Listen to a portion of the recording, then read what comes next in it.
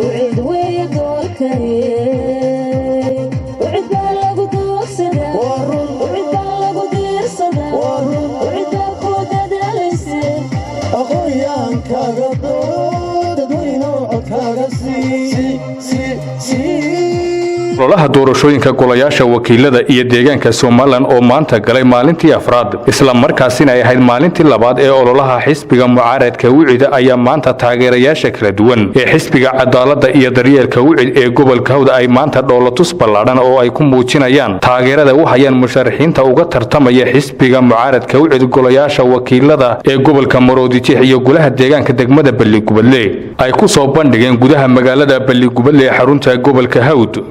taageerayaasha kala duwan ee xisbiga wicid ee gobolka Hawd ayaa waxa goob fagaaraha kala hadlay xubno kamid ah musharaxiinta xisbiga wicid uga tartamaya golaha deegaanka degmada Balligubadle waxaan leeyahay ku soo dhawaada xisbiga cadaaladda iyo daryeelka inaga oo ku taageerayna musharaxiinta ka kooban 9 xubnood ee qiimaha iyo qaayaha badan leh rag iyo dumar walbaan fartaada tooyay baxmaanka xisbiga cadaaladda iyo daryeelka musharaxiinta ka sharaxan si mugle waa in loo taageera aydan midna kala harin marka xigta xisbiga wicid waxa weeye inuu soo saaro midho ina anfaca oo inagu taageero isla markuu guulaysto halkan waxaan hambalyo iyo bogaadin uga dirayaa dhammaan musharaxiinta xisbiga wicid anoo kala qaadan dhamaantood waxaan leeyahay musharaxiinta insha Allah bidmillaahi kariim insha Allah kuwii guuleystay ilaahay idinka dhigo dhammaan hadaanu nahay dhalinyarta gobolka Hawd iyo haweenka gobolka Hawdba waxaan u taaganahay musharaxiinta sidii aan u soo dhaweyn lahayn hiiliyo hooba ula garab taagnaan lahayn insha Allah bidmillaahi kariim guul baan idin wada rajaynayaa halkan waxaan ka salaamayaa dhammaan dadweynaha halkan nasiyay codkooda iyo taageerada weyn loo muujiyay ee intaasoo saacadood loo taagnaa maanta annagoo ah xildhibaanadii gobolka Hawd ee xisbiga wicid ee cadaaladda iyo daryeelka maadaama waqtigiinii na siiseen oo xilligaa guryihiinnii aa ka maqantihiin aad iyo aad baan idinku maqanaqaynaa halkan xildhibaanada xisbiga wicid ee cadaaladda iyo daryeelka uu leeyahay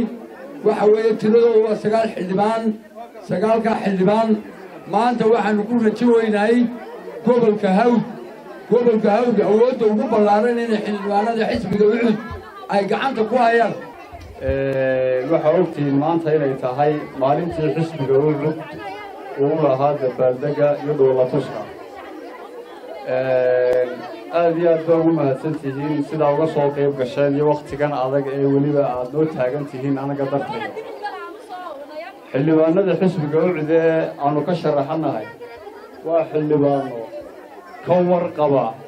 baahiyaha iyo meelaha bannaan ee gobolkani uu tabayo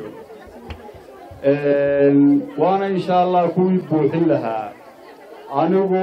umaan shaqayman shakhsiyan markaan ka hadlo degmada Balligubadle xildhibaanimadeeda waayo waxaan ka soo shaqeeyay gobolka Maroodijeex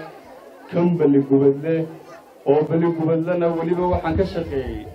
goobihii ugu xasaasisanaa waxbarashada iyo laanta cashuuraha ee dawladda dhexe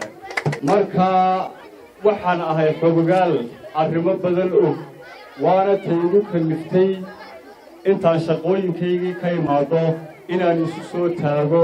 xildhibaannimo golaha deegaanka ee Balligubadle xildhibaanada kalena waa ila wada mid oo waa rag halgan ugu jira sidii degmada Balligubadle ay u samayn lahayd isbedel ganacsi mid muuqaal iyo mid waxbarashada waxaan shacabkan halkan isugu yimi marti aan uga nahay inaad xildhibaanada wicid codka aad siisaan maxamed Siciid Axmed iyo Cabdinatiib Dayib Cismaan TV qaranka Soomaaliland magaalada Balligubadle